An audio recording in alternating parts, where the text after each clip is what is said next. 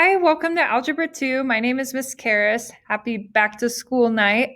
I wish we could do this in person, but I know meeting virtually is the best for the circumstances. So hopefully we get the opportunity later on to kind of meet face to face and in person. I really appreciate you guys taking the time to watch this video. And if you have any questions throughout this, please don't hesitate to contact me and reach out. I have put this presentation together to give you guys a little more information about myself. So that way you guys can kind of figure out who's actually teaching your kids. And that way you kind of know how I run my classroom and the expectations, and just kind of hopefully going over any questions that may have arisen throughout the semester so far.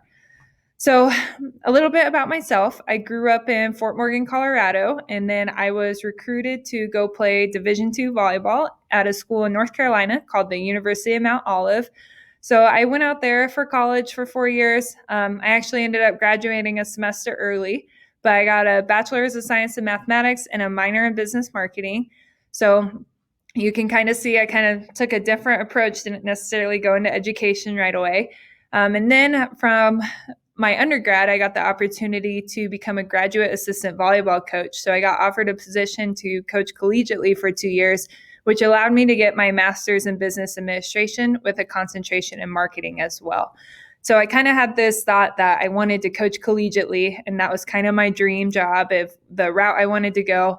I knew I kind of needed that business background, and honestly, I didn't know what I wanted to do when I first went to college. So I was good at math, so I took a degree I took a major in my mathematics, and I declared that. So I kind of took that route. And then as I started coaching in grad school, I really knew that coaching collegiately was the dream. And then it was right around the same time my sister had her first kid, and I'm a very family oriented person. Family always comes first. And it was just really hard for me during that time to kind of be away from my family. So I knew I wanted to come back to Colorado. So I applied for a couple jobs around Colorado. I knew coaching collegiately would mean that I'd be moving all over the place all the time. I wouldn't be able to be very present in some of those important moments and events that I really wanted to be there for.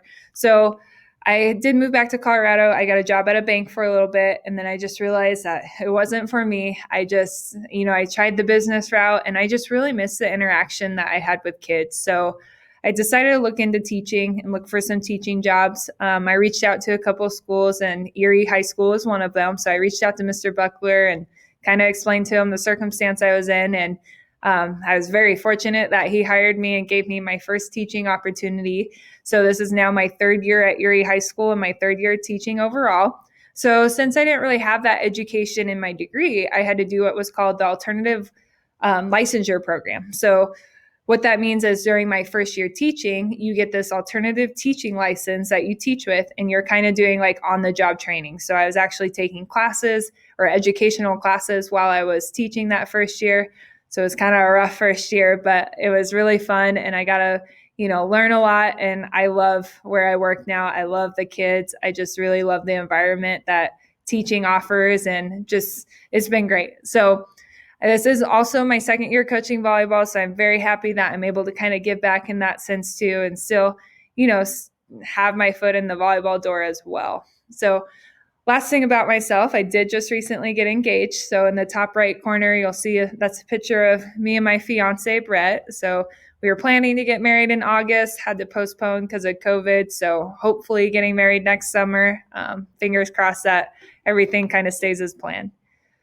So moving on, this PowerPoint I kind of put together will kind of just highlight a couple things. Your kids have all seen this already. They may have shared it with you. I just kind of want to pinpoint a couple important topics that I think come up with as we get into the semester a little further, and as we've had class for the first couple of weeks.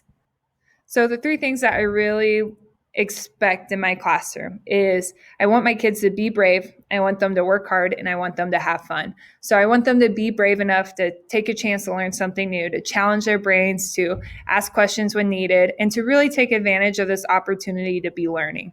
And then I also, of course, want them to work hard. So if they're showing me that they're turning in their assignments, they're trying everything. I know with math, it comes with this challenging concept that sometimes we can get really frustrated and sometimes that things just don't make sense. So if you're showing me that you are working hard and you're going out of your way to make those efforts, good things are going to happen. And then lastly, to have fun.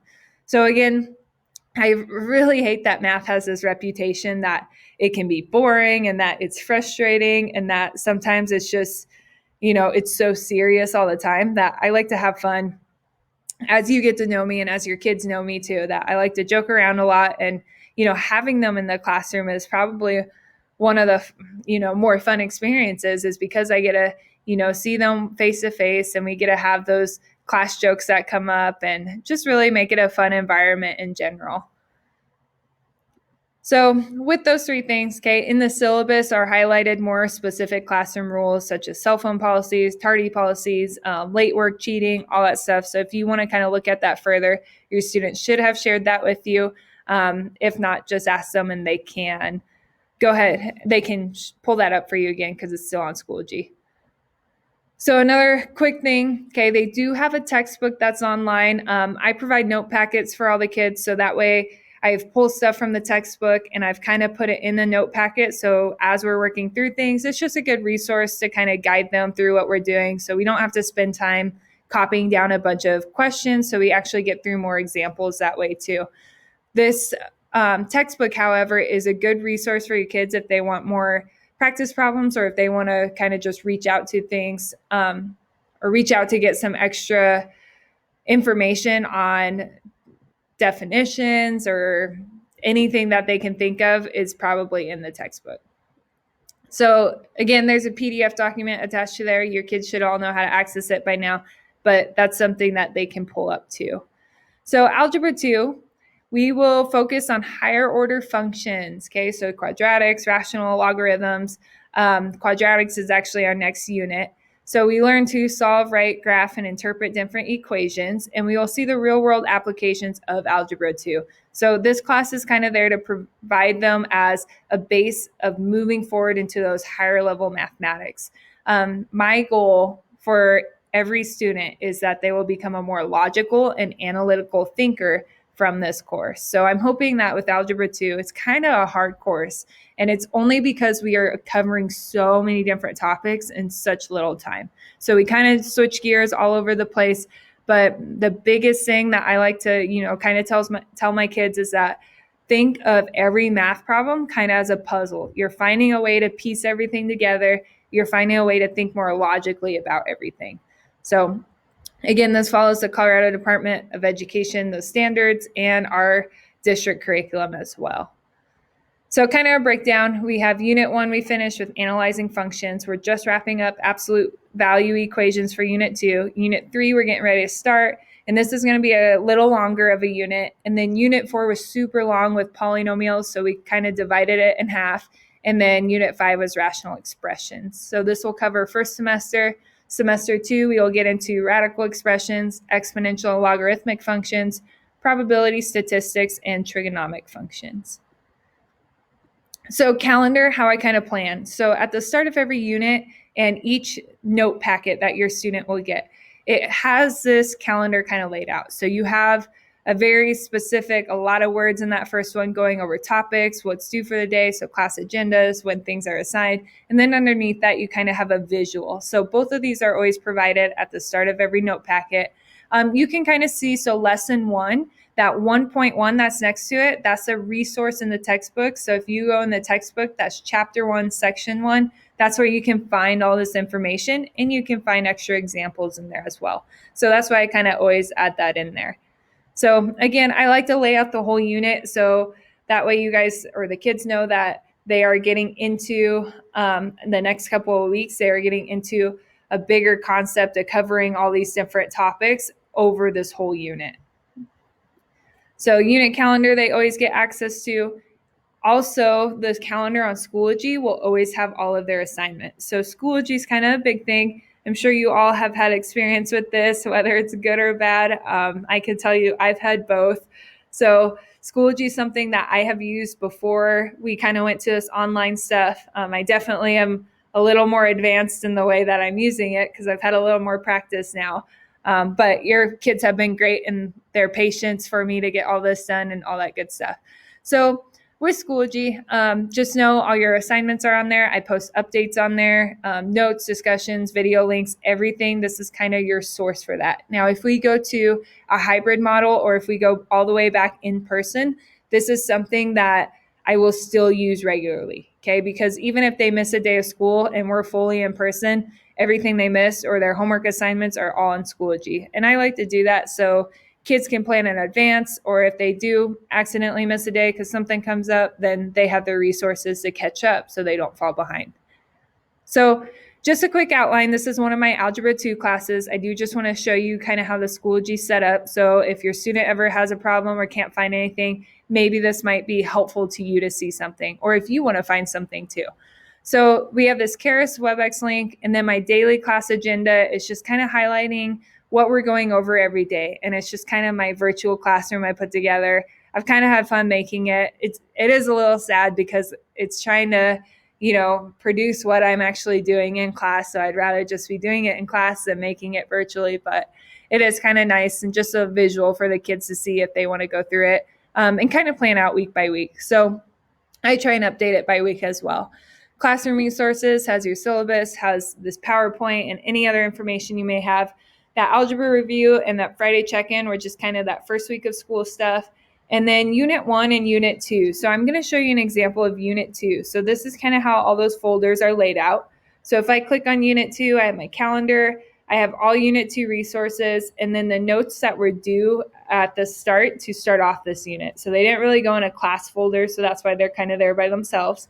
But then you have 9-9 class, and then you have all of the rest of the classes, okay? So it continues on down for the rest of the unit, and you kind of have everything laid out in here. So what we're doing, what's in that folder, what's expected that day, and all that stuff. So if I click on one of those folders, so I'm clicking on the 914 class folder. Every day the kids have a warm-up, and then you'll have your in-class assignment, and then your lesson of notes for homework, and then a cool down. So I have flipped my classroom, which means that I am having the kids work on homework during class, and then they're watching video notes for their homework. So I do I guess I don't really flip the classroom because I do end up teaching the notes in class too. So I guess I'm kind of doing both right now. I made the videos because I just thought it'd be super helpful for the kids to kind of work at their own pace. And I know that I can talk a lot, so I just wanted to have them have a resource that they can go back to, fast forward, rewind, whatever they need to do to really get the content and the information. And then homework, we just kind of work on.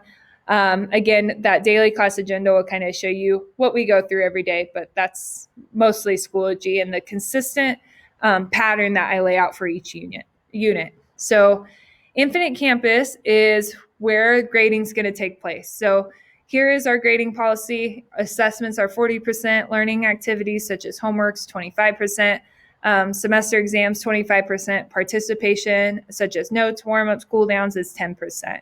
So Infinite Campus is reflecting their true grade right now. And that's so important because Schoology has a grade book in there, but not everything that's in Schoology is going into Infinite Campus. So Infinite Campus has their true grade, has missing assignments if they have any, and all that good stuff. So with missing assignments, if it's in Infinite Campus with an M or showing up as a missing, that means they can still turn it in, okay? If they turn it in up to, they can turn it in up into the unit test, okay? So as they turn it in, I will still take points off for it being late, but that's the last day they can turn it in. So if they have a missing assignment from Unit 2 and they don't get it to me by the Unit 2 test, then it turns into a 0. So anytime you see a 0 in the grade book too, that means they can no longer turn it in. So again, I know grading's kind of this thing that obviously there's a lot of questions around. So if you do have a specific question about your student or a grade, please send me an email. I also know the kids have been great about it because grading's been super tough going from Schoology to Infinite Campus and just making sure it's been syncing regularly and I'm keeping up with everything. So if something just doesn't seem right, please don't hesitate to email me. I know I make mistakes and I'm prone to make mistakes. I'm human. So if you have questions, just let me know. So one more thing about the grading policy, this is math department wide, that kids only get one retake per semester. That's all in our syllabus. If you want more specific information about that, you can look into that. But just know that for a regular math course, they only get one retake the whole semester. And then lastly, contact information. If you have any troubles or any questions or concerns, or you just want to check in, please feel free to email me. Email is the best way to reach out to me. If you would like to set up a time to talk one-on-one, here's my WebEx meeting link. We can set up a time to kind of talk face-to-face, or we can always do it over the phone as well if you'd like to set up a time to talk on the phone. But again, email is the best way, and it's Karas_Nicole@svvsd.org. If you have a question, just please reach out to me. Thank you so much for reading my presentation and listening, and I appreciate you guys for taking the time to do so, and I'm so happy I get to teach your kids in class this year. And again, it's so nice to meet you. Please reach out to me if you need anything. Thank you.